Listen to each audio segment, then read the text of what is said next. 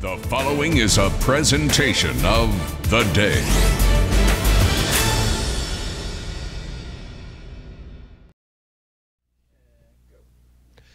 Hey, thank you for joining us. It's time for another episode of our live lunch break concert series. My name is Rick Coster, and I am from The Day newspaper. We stream live at theday.com every Thursday at this important hour. And as always, we broadcast live from the Telegraph Record Shop in New London. Because New London and the surrounding area is it's a really good and fertile music area. A lot of it is comprised of artists that do either Americana or indie rock. So it's a treat when we get some actual real jazz artists in here, because while we got our share of really good players, it's fun to go in a different direction. Today, from the Jackie McLean Institute of the Hart Music School in Hartford, we're very honored to have with us over here on saxophone is Mike Casey, and back here on drums is Corey Garcia. Technically, if you buy the merch, the T-shirts, it says the Mike Casey, Corey Garcia Jazz Duo. So without further idiotic commentary from me, here they are.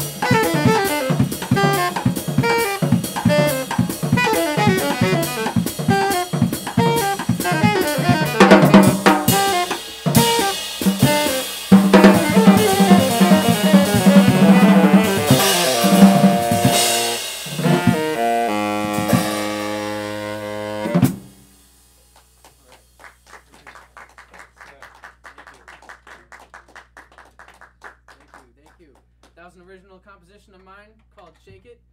We're going to continue with another original of mine entitled Cold Blooded Blues. Hope you enjoy it.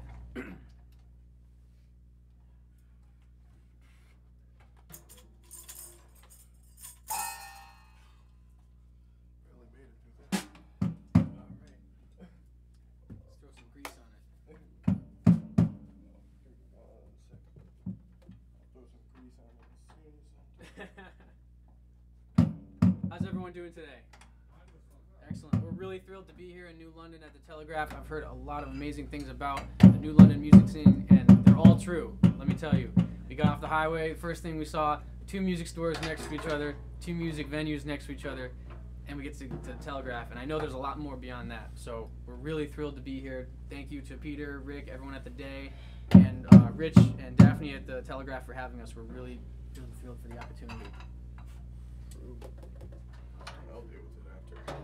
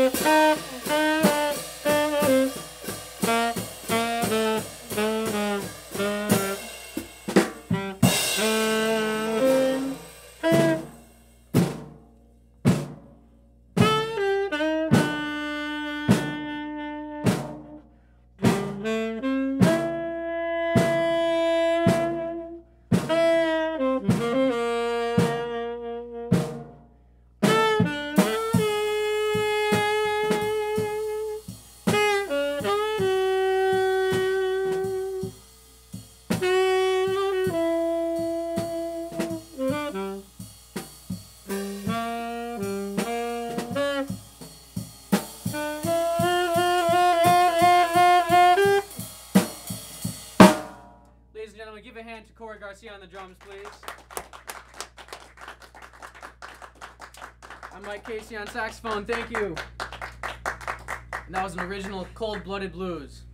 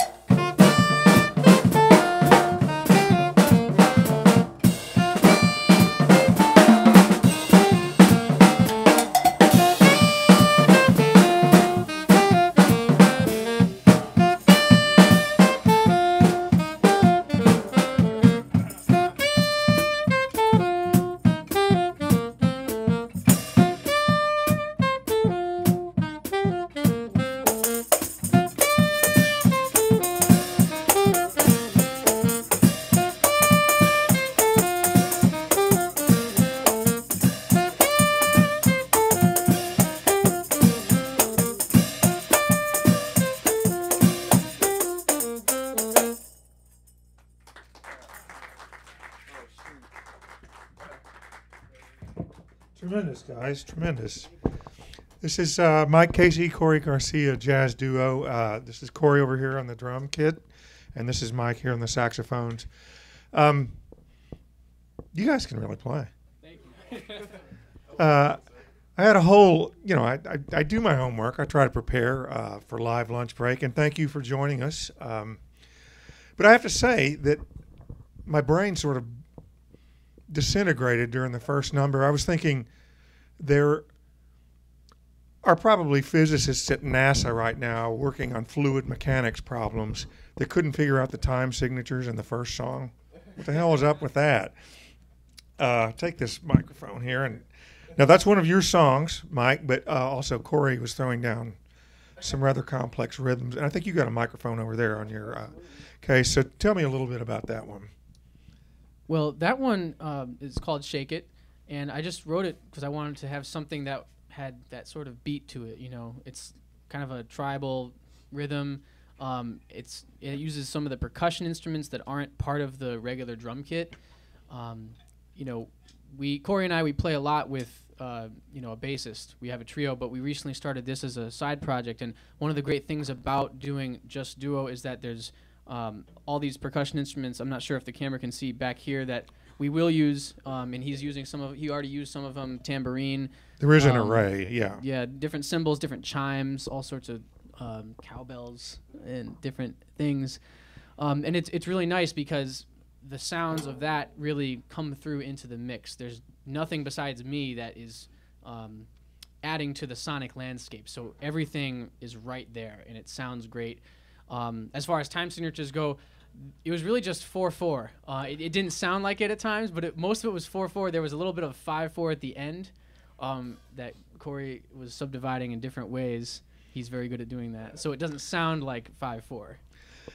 No, it sort of didn't, at least in my lay person's ears. But it was beautiful, well played, and it sort of leads me into the question, what you were just getting into, Mike. And traditionally in a jazz trio, you would have a bass player or perhaps a pianist. Mm-hmm.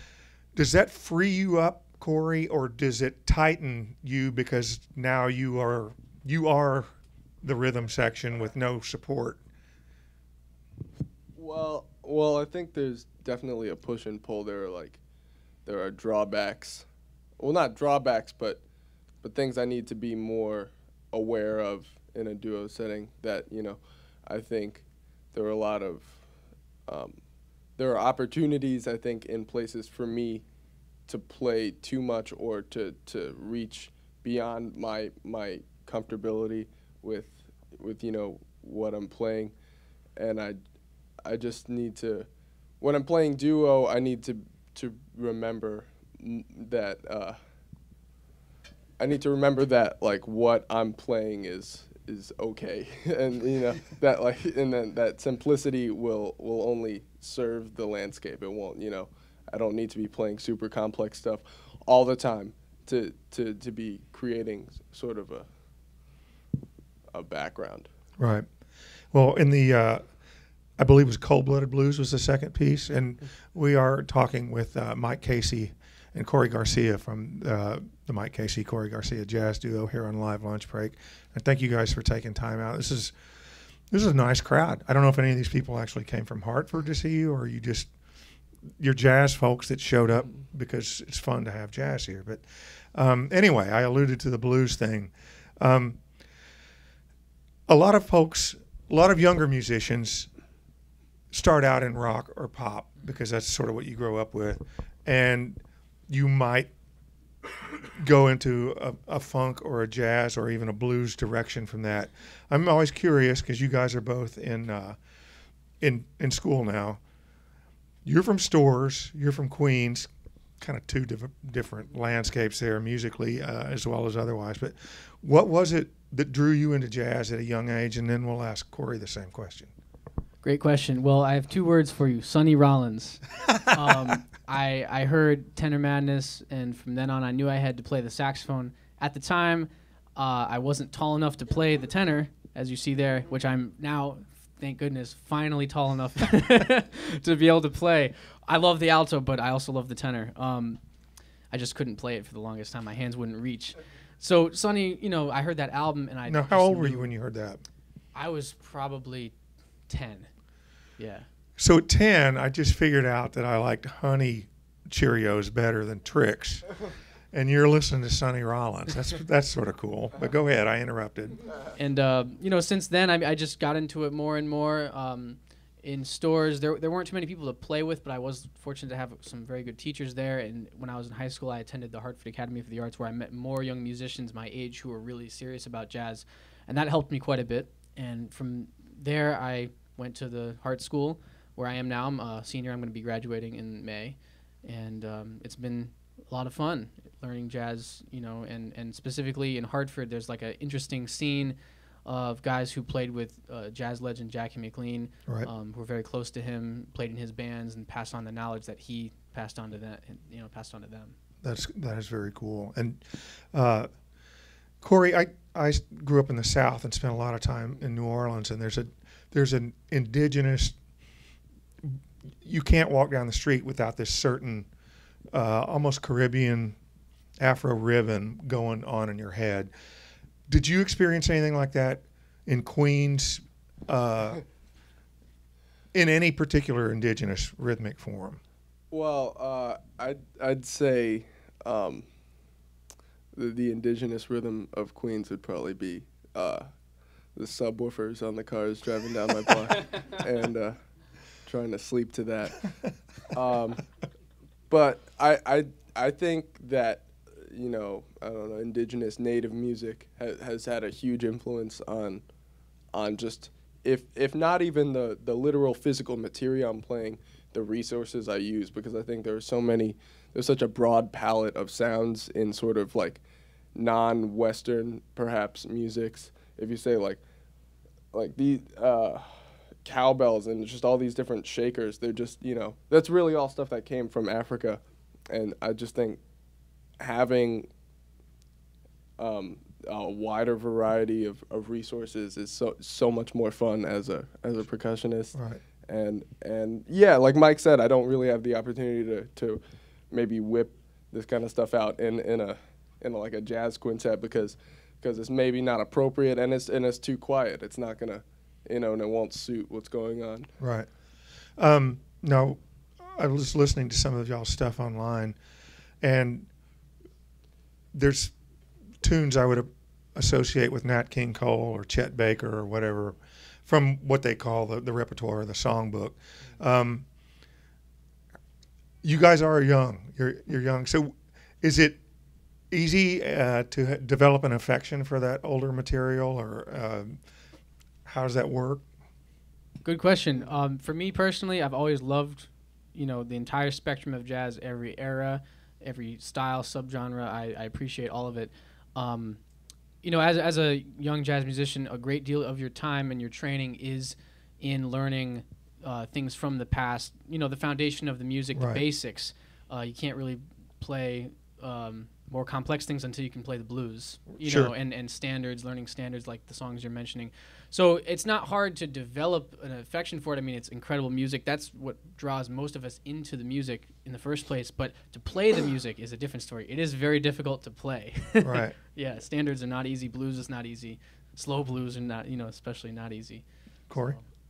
Yeah, I mean, I defy you to find someone who will listen to Nat King Cole and not fall in love immediately. Right. Yeah. I think it's just that's sort of just a universal thing, and I think if more children, I don't know children, but people around our age would right. listen to that stuff, I think their ears would be way more open, and I don't think it's hard at all to develop an affection for that kind of material because it sounds good. It does, doesn't it? This is sort of a whimsical question, but I was talking to a friend of mine the other day who's a cardiologist, and he alluded to the fact that in medical school he had to take a class on how to bill people. And I'm like, well, that's an interesting, I don't know whether that's it's probably not an elective. It's probably something. So I guess what I'm asking is, you guys are in an elite conservatory. They actually say, here's what you need to do when you graduate to make a career in jazz. Is there that sort of attention paid to detail? Well, yes and no. There's not a specific class for it, but All the professors at Hart, they're all world-renowned musicians, and they know that end of the business. So they'll talk to you about it. If you ask them questions, they'll absolutely open up about how the business works, what you need to do to protect yourself and advertise yourself and market yourself effectively. And they encourage us to go after opportunities like this one, to get out there. And they really do their best to help us. So I've learned a lot about the music as well as the music business from them. So Excellent. Yes, yeah. We're talking with Mike Casey and Corey Garcia, tremendous musicians, and we thank you guys so much for being here on Live Lunch Break. Is there, you have a website. Is there one specifically for the duo? How can people find out where you guys are playing, that sort of thing? There's not one for the duo yet. This is actually our very first public performance. I'm honored. Very first, so world premiere. And some of these tunes we've never publicly played before. I have a bunch of different projects. I have a quartet that plays occasionally with a piano, bass and drums, and myself. I have a trio that is Corey, myself, and a bassist, Matt Dwanzik. And we have the duo, so it varies. My website right now is mikecaseyjazz.com. We do have another duo performance coming up on April 25th at 7 p.m. at The Bean at 226 in Windsor, Connecticut. And it's a free show, an hour set, 7 to 8 p.m. Aside from that, the next thing coming up, I have my senior recital at Hart, March 8th, Sunday, 3 o'clock, with Corey and Matt. But Corey is involved in everything I do. As best as I can, make that happen, he's involved in everything I do. So I would say the best place for now is probably the website, yeah. No, on a lot of, live music contest shows like American Idol or Star Search or whatever, you can actually move forward if there's a lot of audience response. So if we all show up to your senior recital and scream like it's Beatlemania, will you get a better grade? Well, I might. I don't know. Please come. We'll see what happens. We'll leave it at that. Right? Yeah. It works for me. Would you guys do us the honor of playing a few more tunes for us? Oh, yeah, of course. So here we are. Thanks again for being on Live Lunch Break and being with us today. This is Mike Casey and Corey Garcia, Jazz Duo.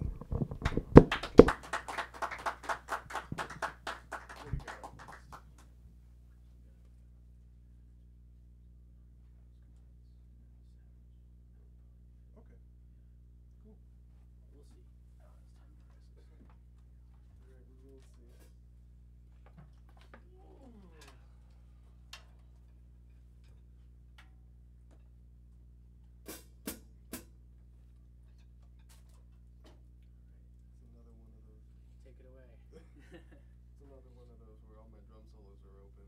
I don't know. I just didn't show it. It's like, why do I have a bunch of open drum solos?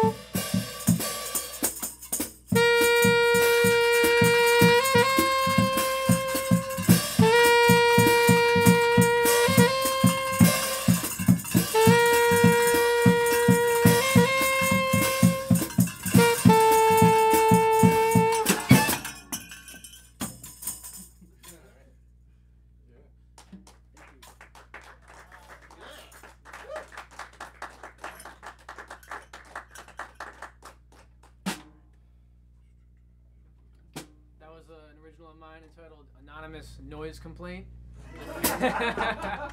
It's a funny story behind, well, not so funny story behind. Not funny at all. A sad story behind that. I can't tell it now. If you want to hear what it is, ask me after. We're going to close out with an original of Corey's. This is Hydraulics. Hope you enjoy it.